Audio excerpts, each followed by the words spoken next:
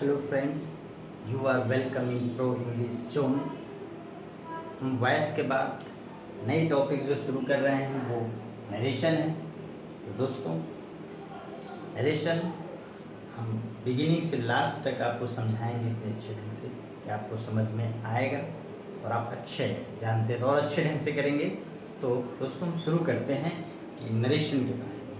तो नरेशन को हिंदी में हम लोग कथन कहते हैं। नरेशन को कथन कहते हैं दोस्तों। नरेशन जो है ये नैरेट शब्द से बना है।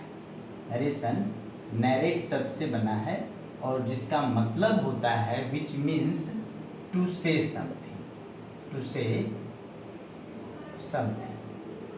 ठीक है, तो नरेशन नैरेट शब्द से बना है और जिसका मतलब होता है टू से समथिंग, मतलब कुछ कहना। तो narration is made from the word narrate, which means to say something, and narration is synonyms of, ये synonyms है, synonyms of speech,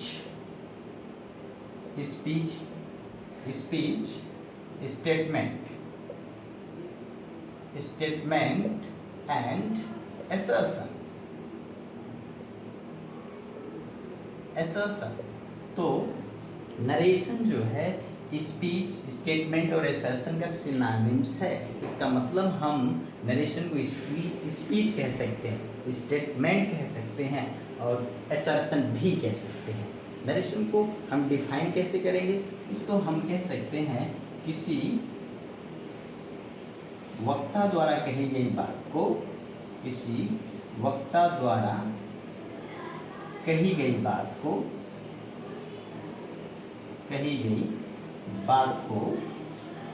नरेशन कहते हैं।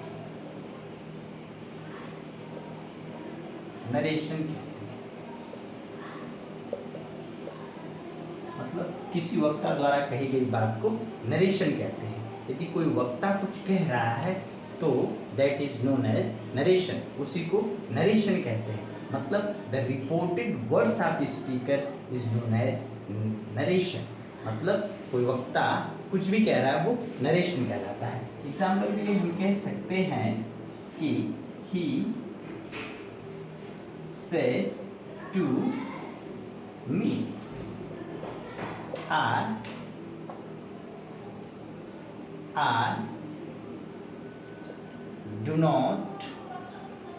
I do not cheat you, मैं तुम्हें धोखा नहीं देता। अब दूसरा तरीका यह भी है, इसी शब्द कहा जा सकता है इसी सेंटेंस को ऐसे भी, he told me that he did not cheat me। तो फ्रेंड्स, ये दोनों सेंटेंस का मतलब एक है। ही सेड टू मी, वो मुझे बताया कि आई डू नॉट चीट, मैं तुम्हें धोखा नहीं देता था। ये भी हो जाएगा कि ही टोल्ड मी दैट, उसने मुझे बताया कि वो मुझे जो धोखा नहीं देता था। तो जो वक्ता है किसी बात को दो ढंग से कह सकता है। The statement of the speaker may be reported in two ways. That's why narration has two kinds. मतलब हम कह सकते हैं kinds of narrations. मतलब नरेशन के प्रकार। दोस्तों, नरेशन दो प्रकार का होगा, डायरेक्ट नरेशन,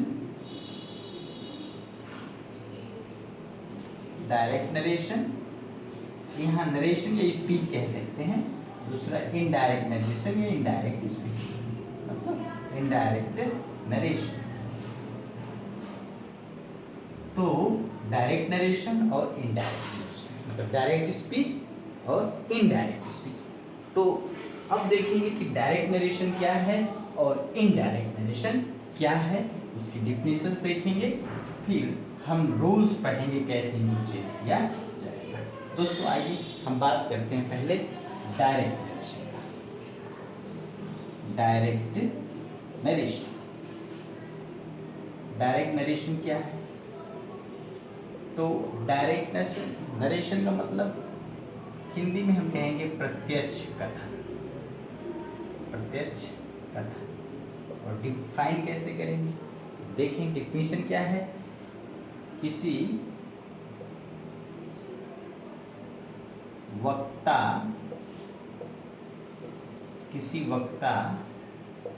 द्वारा कही गई बात को उसी के शब्दों में कहना डायरेक्ट नरेशन कहलाता है। डायरेक्ट नरेशन कहलाता है।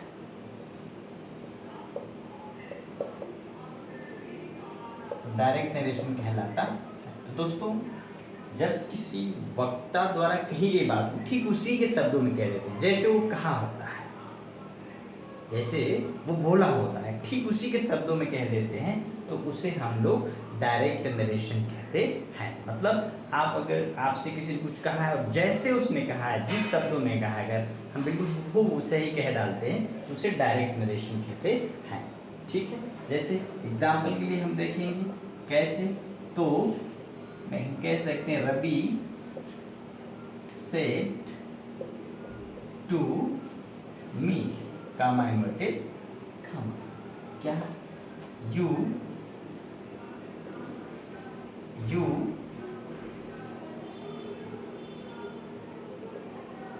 ऑफन कॉल मी, तुम मुझे प्रायः बुलाते हो। यू ऑफन कॉल मी, तुम मुझे प्रायः बुलाते हो। तो दोस्तों ये डायरेक्ट नरेशन है। रवि ने मुझसे जैसा कहा था कि यू ऑफन कॉल मी, तुम मुझे प्रायः बुलाते, मैंने वैसे ही बता दिया कि रवि मुझसे बोला था, मुझसे कहा था यू ऑफन कॉल मी, तुम मुझे प्रायः बुलाते हो। तो डायरेक्ट नरेशन क्या है? किसी वक्ता द्वारा कही गई बात को ठीक उसी के शब्दों में कहना डायरेक्ट नरेशन कहलाता है। तो किसी वक्ता द्वारा कही गई बात को ठीक उसी के शब्दों में कहना डायरेक्ट नरेशन कहलाता है। ठीक उसी के शब्दों में कहना डायरेक्ट नरेशन कहलाता है। ठीक है। अब बात करते हैं कि इनडायरेक्ट नरेशन क्या है। इनडायरेक्ट नरेशन क्या है देखते हैं। इनडायरेक्ट नरेशन,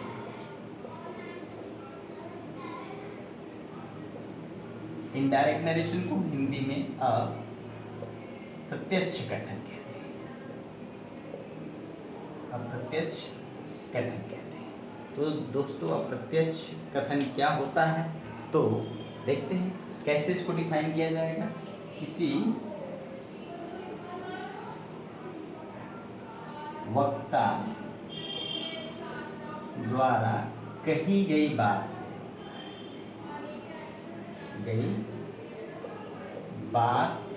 को अपने शब्दों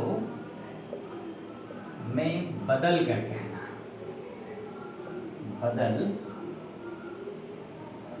कहना, लेकिन अर्थ वही हो, लेकिन अर्थ न बदले तो उसे इनडायरेक्ट नरेशन कहते हैं। तो उसे इनडायरेक्ट नरेशन कहते हैं।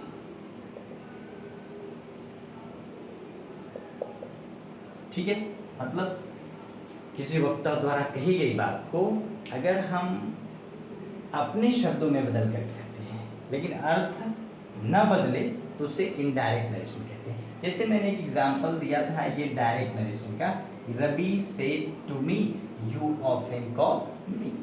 तो हम अपने शब्दों में बदल के कह सकते हैं। इसी को हम कह सकते हैं एग्जांपल में, Ravi told me that I often called him। तो Ravi told me that I often called him, मैं उसे प्रायः बुलाता था। रवि मुझे बताया कि मैं उसे प्रायः बुलाता था। तो इसी बात को हम अपने शब्दों में बदल के कहे हैं, तो इसी को बोलेंगे इनडायरेक्ट नरेशन। मतलब ये इनडायरेक्ट नरेशन का एक एग्जाम्पल है। तो इनडायरेक्ट नरेशन क्या है? किसी वक्ता द्वारा कही गई बात को अपने शब्दों में बदल कर कहना, लेकिन अर्थ न बदले, तो उसे इनडायरेक्ट नरेशन कहते हैं। एग्जाम्पल के लिए Ravi told me that I often called him. ठीक है, अब आइए हम देखते हैं कि डायरेक्ट नरेशन के भी पार्ट होते हैं। कौन कौन से भाग होते हैं देखेंगे। Parts of direct narration. तो दोस्तों देखते हैं पार्ट्स ऑफ डायरेक्ट नरेशन। तो पार्ट्स ऑफ डायरेक्ट नरेशन के भाग। तो पार्ट्स ऑफ डायरेक्ट नरेशन के भाग। तो दोस्तों डायरेक्ट नरेशन के दो भाग होते हैं। कितने भाग होते हैं? दो भाग होते हैं। पहले को बोलते हैं रिपोर्टिंग स्पीच और दूसरे भाग को हम बोलते हैं रिपोर्टेड स्पीच। रिपोर्टेड स्पीच बोलते हैं। ठीक है, आइए हम देखते हैं कि रिपोर्टिंग स्पीच क्या है। First reporting speech. Reporting speech Hindi में कभी कभी कहते हैं कहने वाली बात। कहने वाली बात क्या है? अब देखिए ये कौन सा भाग है? तो हम कह सकते हैं डायरेक्ट नरेशन में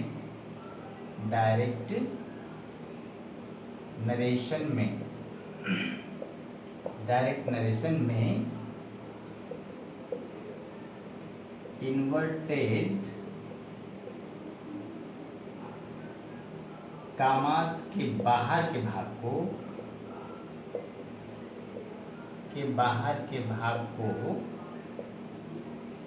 को रिपोर्टिंग स्पीच कहते हैं। रिपोर्टिंग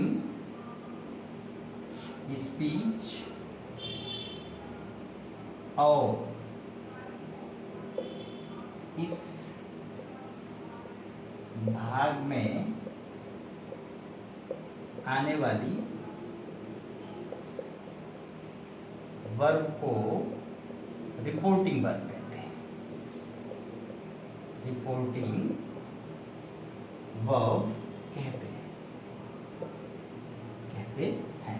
तो जो डायरेक्ट नरेशन है, डायरेक्ट नरेशन में जो इन्वर्टेड कामास के बाहर का भाग होता है उसे रिपोर्टिंग स्पीच कहते हैं, और उस भाग में आने वाले वर्ब को रिपोर्टिंग वर्ब कहते हैं। एग्जाम्पल के लिए हम देख सकते हैं, अभी एग्जाम्पल दिया गया था क्या? Ravi said to me, you often call me। तो दोस्तों अब यहाँ पर देखेंगे ये एक डायरेक्ट नरेशन है, और डायरेक्ट नरेशन में ये इन्वर्टेड कामास है, डबल इन्वर्टेड कामास। तो है कि इन्वर्टेड कामास के बाहर का भाग, मतलब इसके बाहर का भाग जो ये पूरा भाग है, यह होगा हमारा रिपोर्टिंग स्पीच। रिपोर्टिंग स्पीच होगा, और इस भाग में आने वाली वर्ब, जो इस भाग में ये वर्ब आ रही है, इसे हम बोलेंगे रिपोर्टिंग वर्ब। क्या बोलेंगे? Reporting verb. आरबी मतलब रिपोर्टिंग वर्ब, और इसमें ये रिपोर्टिंग वर्ब का सब्जेक्ट है ना, सब्जेक्ट है। इसी को हम लोग रिपोर्टर भी कहते हैं। रिपोर्टर, इसी को रिपोर्टर भी कहते हैं। ठीक है, और ये रिपोर्टिंग वर्ब का क्या है? ऑब्जेक्ट है। दोस्तों अब ये रिपोर्टिंग स्पीच क्या है?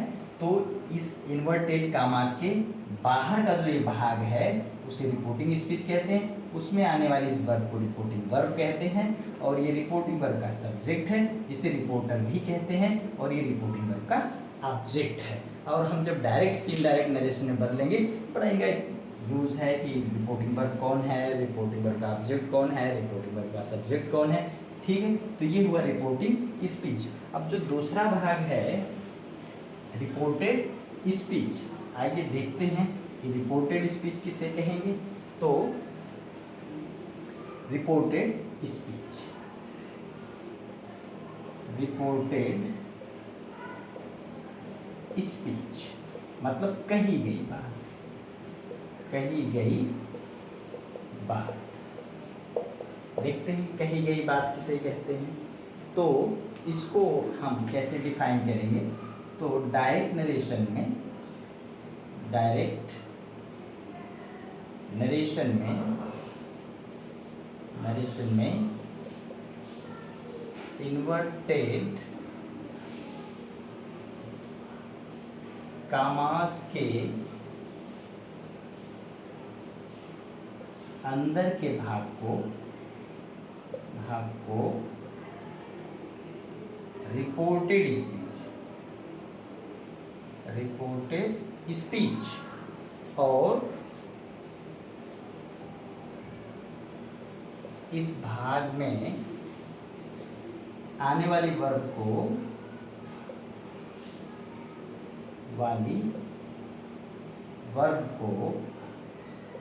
रिपोर्टेड वर्ब कहते हैं, रिपोर्टेड वर्ब कहते हैं।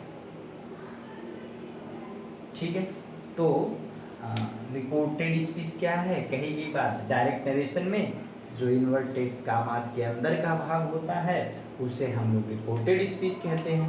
जैसे एग्जाम्पल में जो है आपके एग्जाम्पल में Ravi said to me, comma inverted comma, you often call me. तो दोस्तों इसमें जो है ये इन्वर्टेड कामास, जो ये इन्वर्टेड कामास है, ठीक है, इस इन्वर्टेड कामास के ये अंदर का भाग ही बोला जाएगा रिपोर्टेड स्पीच। तो ये हमारा जो भाग है यू ऑफन कॉल मी, यह रिपोर्टेड स्पीच है, और इसमें आने वाली वर्ब जो है इसे हम लोग रिपोर्टेड वर्ब कहते हैं। तो दोस्तों ये क्लियर हो गया होगा कि रिपोर्टेड स्पीच है क्या। तो रिपोर्टेड स्पीच क्या है तो बताएंगे डायरेक्ट नरेशन में इन्वर्टेड कामास के अंदर के भाग को रिपोर्टेड स्पीच कहते हैं, और इस भाग में आने वाली वर्ब को रिपोर्टेड वर्ब कहते हैं। एग्जाम्पल के लिए मैंने दिखाया कि ये सेंटेंस है Ravi said to me you often call me. तो इसमें इन्वर्टेड कामा के अंदर बंद है यू ऑफन कॉल मी, यह रिपोर्टेड स्पीच है, और इसमें आने वाली वर्ब जो कहा है ये रिपोर्टेड वर्ब है। तो दोस्तों हम जब डायरेक्ट से डायरेक्ट नरेशन में बदलेंगे तो यहाँ पर बड़ी हमें ज़रूरत बार बार पड़ेगी कि रिपोर्टिंग स्पीच और रिपोर्टेड स्पीच। तो रिपोर्टिंग स्पीच इन्वर्टेड कामास के बाहर के भाग को रिपोर्टिंग स्पीच कहेंगे, मतलब इसे रिपोर्टिंग स्पीच कहेंगे, और अंदर वाले भाग को रिपोर्टेड स्पीच कहेंगे। और इसमें हमें प्रायः यूज होगा रिपोर्टिंग वर्ब का। रिपोर्टिंग वर्ब क्या होना चाहिए आपको जान के है, जो रिपोर्टिंग स्पीच में जो वर्ब आ रही है उसी को रिपोर्टिंग वर्ब कहते हैं। तो आज हमने आपको बताया कि नरेशन क्या है और नरेशन कितने प्रकार के होते हैं। तो डायरेक्ट और इनडायरेक्ट नरेशन, और हम indirect narration, direct indirect speech भी कह सकते हैं। इनकी हमने डिफिनीशंस को जाना। फिर हम पढ़े parts of direct narration. Direct narration में कितने भाग होते हैं तो 2 भाग होते हैं, रिपोर्टिंग स्पीच और रिपोर्टेड स्पीच। इनके बारे में जाने कि जो इन्वर्टेड कामा के अंदर बंद है वो रिपोर्टेड स्पीच, और जो इन्वर्टेड कामा के बाहर है वो रिपोर्टिंग स्पीच। और ये जो इन्वर्टेड कामा के बाहर रिपोर्टिंग स्पीच है इसमें आने वाली वर्ब को रिपोर्टिंग वर्ब कहते हैं। अब अगले वीडियो में हम ये पढ़ेंगे कि डायरेक्ट नरेशन में इनडायरेक्ट नरेशन, जो डायरेक्ट नरेशन से इनडायरेक्ट नरेशन में बदलने के क्या नियम हैं। दोस्तों अब नेक्स्ट डे मिलते हैं, ठीक है। आज के लिए इतना ही, थैंक यू।